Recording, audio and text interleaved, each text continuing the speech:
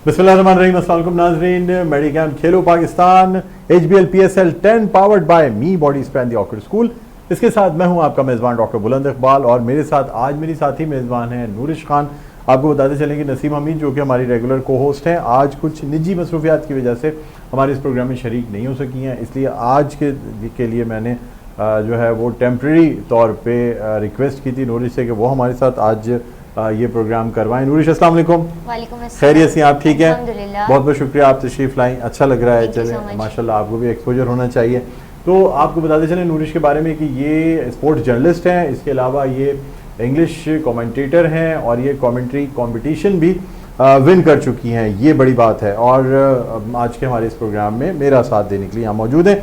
नाज़रीन, इसके अलावा आपको बताते चलें कि हमारे पास जो मेहमान मौजूद हैं, जो हमारे पैनलिस्ट्स हैं, उनका भी आपसे तारुफ़ कराना चाहूँगा। हमारे साथ मौजूद हैं जनाब खालिद लतीफ़ साहब, जो कि किसी तारुफ़ के मोहताज नहीं, इंटरनेशनल क्रिकेटर हैं, बहुत अच्छे क्रिकेट एनालिस्ट हैं। हम खुशामदीद कहना चाहते हैं। अस्सलाम वालेकुम। वालेकुम डॉक्टर साहब, खैरियत से हैं? फर्स्ट क्लास हैं? बिल्कुल ठीक, थैंक यू।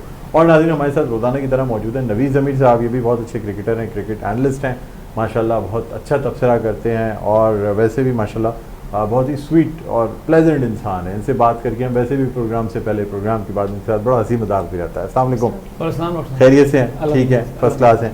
चले जी, नूरिश सबसे पहले तो मुझे आप बताएं कल का जो मैच हुआ, क्योंकि आज हम कल के मैच पे ही बात करेंगे, कराची किंग्स और पेशावर ज़ल्मी, और फिर आज के होने वाले मैच के हवाले से भी बात करेंगे। आपको बताते चले कि कल का मैच भी बड़ा एक्साइटिंग रहा और चंद मैचेस जो ऐसे होते हैं जो लास्ट बॉल तक या लास्ट ओवर तक बड़े एक्साइटिंग रहते हैं, उनमें से एक मैच था पेशावर ज़ल्मी, जो कि कोई बहुत बड़ा टारगेट नहीं दे पाई, लेकिन उसके बाद जिस तरह कराची की टीम को मुश्किलात का सामना हुआ, तो शायद ये समझा जा रहा था कि बस अब जिस तरह ये विकेटें गिरती चली जा रही हैं, जब 8 विकेटें गिर गई हैं तो ये 2 विकेटें भी किसी लम्हे गिर जाएंगी और शायद कराची की टीम मैच हार जाए। बड़ा टेंशन नज़र आ रहा था कराची के डग आउट में, लेकिन आपको बताते चलें कि कराची किंग्स की टीम ने जो है ये मैच जीत लिया। कल की प्रेडिक्शन में वाहिद मैं था जिसने कहा था कि कराची किंग्स, और नवीज़ ज़मीर साहब भी थे, 2 लोग थे जिन्होंने कहा था कि कराची किंग्स जो है ना ये मैच जीतेगी।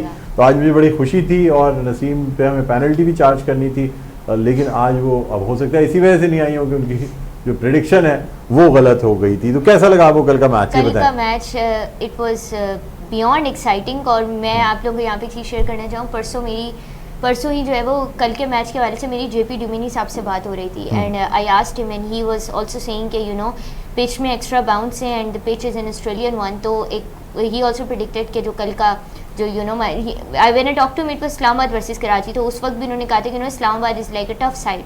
सो उसमें फिर पिच पर बाउंस हुआ एंड देन जो परसों की प्रेस कॉन्फ्रेंस हुई थी उसमें भी मसरूर अहमद साहब was present and he said कि you know Australian bound Australian soil है, तो हमारे ज़्यादातर जो लोग हैं मुझ समेत वो उर्दू बेहतर समझते हैं, इंग्लिश में बाज़ दफ़ा मुश्किल हो जाता है ये चीज़ें समझना। हाँ। तो जो बेसिकली कल का मैच था वो एक बहुत ही सनसनीखेज हमें देखने को मिला। और इत्तेफाक से मैं आपको एक आयरनी के लिए एक बात बताऊं, कल का क्राउड ज्यादा पेशावर को सपोर्ट कर रहा था। बिल्कुल इत्तेफाक की बात नहीं है, मैच पेशावर का था। तो कराची में जो लोग तरीके से ताल्लुक रखते हैं, कराची एक ग्लोबल सिटी है, इसको मिनी वर्ल्ड कहा जाता है, पूरे पाकिस्तान और पूरे मुल्क से लोग जो है ना यहाँ मुकीम है, तो इसलिए कल के क्राउड में नज़र आए ऐसे लोग जो कि बाकायदा पेशावर को सपोर्ट करने गए थे। लेकिन अच्छी बात है, सारी शहर हमारे हैं, पूरा मुल्क हमारा है, तो इसमें कोई ऐसी बात नहीं है। लोग मौजूद थे कल रश भी बहुत था, कल नेशनल स्टेडियम के अतराफ बहुत रश था, यहाँ तक कि मुझे एक उधर मीटिंग के लिए जाना था, मैं नहीं जा सका सिर्फ इस वजह से कि रोड्स ब्लॉक थे और जितने लोग अंदर थे उससे ज़्यादा लोग बाहर खड़े हुए थे जो टिकट नहीं ले पाए थे। और इसके अलावा इस PSL के इस सीज़न का ये पहला बहुत ही ऐसा सनसनीखेज मैच हुआ है जिसमें हमें लग रहा था यू नो कराची शायद डोमिनेट करेगा स्टार्टिंग से, बट देन एक पॉइंट पे ऐसा लगा कि स्पेशली वार्नर की विकेट के बाद कि यू नो बिल्कुल पेशावर की तरफ सिचुएशन जा रही थी। आई थिंक जो लास्ट ओवर था वहाँ से जो है वो बिल्कुल पासा पलटा था, क्योंकि 3 बॉल पहले कराची जीता है। बिल्कुल, और इसमें कुछ रिव्यूज़ भी लिए गए, कुछ रिव्यूज़ जो हैं वो सही भी साबित हुए, कुछ LBWs दिए गए, कुछ जो नो बॉल्स और ऐसी चीज़ें थी जो कि बाउंसर्स दिए गए या फुल टॉस जो दिए गए, उस पर भी कल काफ़ी ज़बरदस्त जो है वो हमें मैच देखने को मिला। एक्साइटिंग मैच था। बहरहाल हमारे जो पार्टिसिपेंट्स मौजूद हैं उनसे भी जानना चाहें क्या कहते हैं आप मैच के हवाले से। डॉक्टर साहब, बड़ा ज़बरदस्त मैच था। जिस तरह ये आपने सही कहा कि बड़े ज़बरदस्त कुछ मैच होते हैं, उनमें से ये एक मैच था जो आखिरी ओवर में जाके ऐसा लग रहा था कि अभी कुछ ना कुछ चेंज हो सकता है। लेकिन मैं समझता हूँ कि फिर एक दफ़ा फिर जिस तरह बाउंसी ट्रैक है उसके ऊपर प्रॉब्लम हुई बैट्समैनों को और बॉलर डोमिनेट कर रहे थे। तो जिस तरह बाबर आजम ने बैटिंग की है, बाबर आजम अपनी फॉर्म को वापस लाना चाहते हैं, इसलिए इतने ज़्यादा खास कोई उनका जो है ना और बीट बहुत हो रहे थे कल, लेकिन बात ये है कि जो कॉन्फिडेंस एक बैट्समैन में होना चाहिए, एक बैटर में, वो कॉन्फिडेंस लैक कर रहे थे और बार बार बॉल को चेक करके हिट करने की कोशिश कर रहे थे। लेकिन कल की पिच के हिसाब से एक अच्छा स्कोर नहीं था बाबर आजम का। नहीं, पिच के हिसाब से पिच कोई सी भी हो, क्वालिटी जो है ना वो मैटर करती है। बाबर आजम जो है वो क्वालिटी बैट्समैन है, लेकिन अभी वो शेकी हुए हैं, आप देखें ना, आउट ऑफ फॉर्म है, प्रेशर है, बॉल मिस कर रहे थे, कभी फॉर्म अच्छी नहीं है, कभी किस तरह आउट हो रहे हैं, कभी किस तरह आउट होता है। ये सब तब होता है जब ये जो बैड पैच हम जिसका सुनते हैं ना, बैड पैच हो गया, फॉर्म नहीं है, ये सब जहनी प्रॉब्लम है। जब आपकी कंसंट्रेशन दूसरी चीज़ों पर डाइवर्ट हो जाती है तो आपकी बैटिंग जो है ना उस पर फ़र्क आता है। अगर आप बॉलर है तो उस पर फ़र्क आता है, क्योंकि आप कंसंट्रेट नहीं कर पा रहे होते, आपकी जो सोच का मयार है वो थोड़ा समझ लें स्टैंडर्ड जो है ना उसको चेंज हो जाता है। क्यों कि आप अब जैसे हम यहाँ बैठ के कमेंट कर रहे हैं, इसी तरह पूरी दुनिया से लोग कमेंट कर रहे थे, जब आप उसको ज़्यादा सुनने चल लगते हैं तो फिर आपकी परफॉर्मेंस में फ़र्क होता है। और जितने भी दुनिया के टॉप प्लेयर्स हैं वो सिर्फ काम की बात सुनते हैं, बाकी वो फोकस रखते हैं। लेकिन इस वक्त पाकिस्तान और एशिया में क्रिकेट को बहुत ज़्यादा पसंद किया जाता है। तो मैं समझता हूँ कि बाबर आजम जो है वो इस वक्त भी प्रेशर में है और प्रेशर में बड़े अरसे से हैं। अगर वो इससे बाहर आ जाएंगे तो जल्दी बाहर आ जाएं तो बहुत अच्छा है, वरना उनके लिए ठीक नहीं है। दूसरी बात, जिस तरह वो बैटिंग कर रहे थे वो एक तो फॉर्म नहीं है, दूसरा ज़रूरत भी थी पेशावर ज़ल्मी को उनके बैटिंग की, तो फिर भी मैं समझता हूँ कि उन्होंने इस पिच के हिसाब से बेहतर खेला, लेकिन उस क्लास में नहीं खेल सके जिस क्लास में उन्हें खेलना चाहिए था। जिस तरह बीट हो रहे थे, बार बार बॉलर डोमिनेट कर रहे थे, तो मैं समझता हूँ कि बॉलर जो है उनको आप क्रेडिट दें।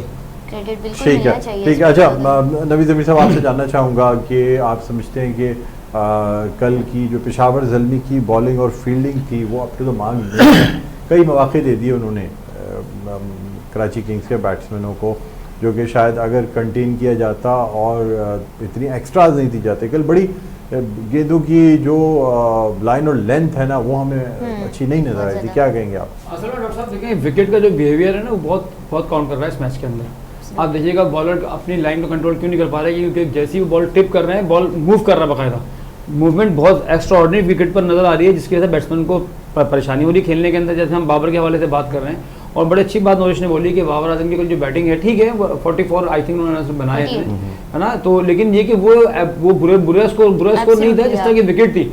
विकेट की भी मैं मूवमेंट को देख रहा था, बॉलर की बैट्समैन को बहुत स्ट्रगल करना पड़ रही है मैं बैटिंग में करने के लिए, लेकिन वो इतना बड़ा नाम है बाबर का कि समझते हैं बात ये जो गुड लेंथ पे बॉल दी जा रही थी ना वो बॉलर के लिए मसला थी, लेकिन अगर आप शॉर्ट बॉल दे रहे थे ना और बॉल ऊपर आ रहा था तो फिर बैट्समैन के लिए मसला नहीं था। फिर हमने बड़े अच्छे कल स्ट्रोक्स भी देखे हैं, पेस को जो मेंटेन पेस आप देखें, कल अली रजा शुरू में हमें ज़रा फ्लॉप नज़र आए, ठीक है, और शायद जितना अली रजा से एक्सपेक्ट किया जा रहा था, हालांकि वो 140, 42, 45 पे गेंदें फेंक रहे थे, लेकिन फिर उनको ज़रा कामयाबी मिली और उसके बाद उन्होंने ज़रा कम बैक किया है। लेकिन वैसे देखा जाए जो चीज़ एक्सपेक्टेशन की जा रही थी कि बस जैसे अली रजा आएंगे और बैट्समैन को काम हो जाएगा, वो चीज़ कल उस तरीके से नहीं। ये चीज़ हमें वैसे ल्यूक वुड के ओवर में मिली जब उन्होंने वुड का जब ओवर आया, जब असल उसने मैच तकरीबन चेंज कर दिया था। अगर असल में डॉक्टर साहब मैं बताऊं, कल जो टॉस था ना वो बड़ा वाइटल था मैच, वाइटल था एब्सोल्युटली। कल कराची ने टॉस जीत के सर, लेकिन मैंने कहा था जो टीम मैच जीतेगी वो पहले बैटिंग करेगी, आपने ये कहा था, लेकिन कराची किंग्स ने टॉस जीत के पहले बैटिंग दे दी पेशावर। असल में मैंने पिच का भी बताया था, आप थोड़ा सा आधी बात बता रहे। मैंने कहा अगर ये पिच होगी तो फिर मैं कुछ नहीं कहता, हाँ। और अगर दूसरी पिच होगी तो टॉस जीत के बैटिंग करेंगे। देखिए ये पिच है ना, इसके बिहेवियर स्कोर कार्ड के सब सही बात है। स्कोर कार्ड भी हम नाज़रीन को दिखाएंगे और बताएंगे कि जो पॉइंट्स टेबल है वो क्या है, लेकिन इस वक्त हमें एक ब्रेक के लिए नहीं बल्कि ब्रेक में टाइम है, पहले ज़रा पॉइंट्स टेबल दिखा दें तो हम नाज़रीन को पॉइंट्स टेबल के साथ बताएंगे जी क्या पोजीशन है, उसके बाद ब्रेक पे जाएंगे। पॉइंट्स टेबल पे नाज़रीन आपको बताते चलें, सबसे नंबर 1 पे इस्लामाबाद यूनाइटेड की टीम है, 4 मैच खेले हैं, 4 जीते हैं, 8 पॉइंट्स के साथ सर फहरिस्त हैं। कराची किंग्स 5 मैच खेले हैं, 3 जीते हैं, 6 पॉइंट्स के साथ दूसरे नंबर पर आ गई है। लाहौर कलंदर्स 3 मैच खेलने के बाद 2 मैचेस जीते हैं, 4 पॉइंट्स के साथ 3 नंबर पे। पेशावर ज़ल्मी 4 मैचेस खेलने के बाद सिर्फ 1 मैच जीत सकी और 2 पॉइंट्स के साथ चौथे नंबर पे है। क्वेटा ग्लैडिएटर्स हमेशा की तरह 5वें नंबर पे मौजूद हैं, 3 में से 1 मैच उन्होंने जीता है, और मुल्तान सुल्तान जब तक अपना खाता खोलने में कामयाब नहीं हुए हैं और वो 3 में से तीनों मैचेस हार के इस वक्त 6ठे नंबर की पोजीशन पे मौजूद है। ये है पॉइंट्स टेबल जो कि PSL का पॉइंट्स टेबल है। और नाज़रीन यहाँ पे हम एक वक्फा लेना चाहेंगे, वक्फे के बाद दोबारा आपकी खिदमत में हाजिर होंगे, कहीं ना जाइएगा, देखते रहिए हमारा ये खुशी शो मेडिकैम खेलो Pakistan PSL 10 edition powered by Medicam and the Orchid sport.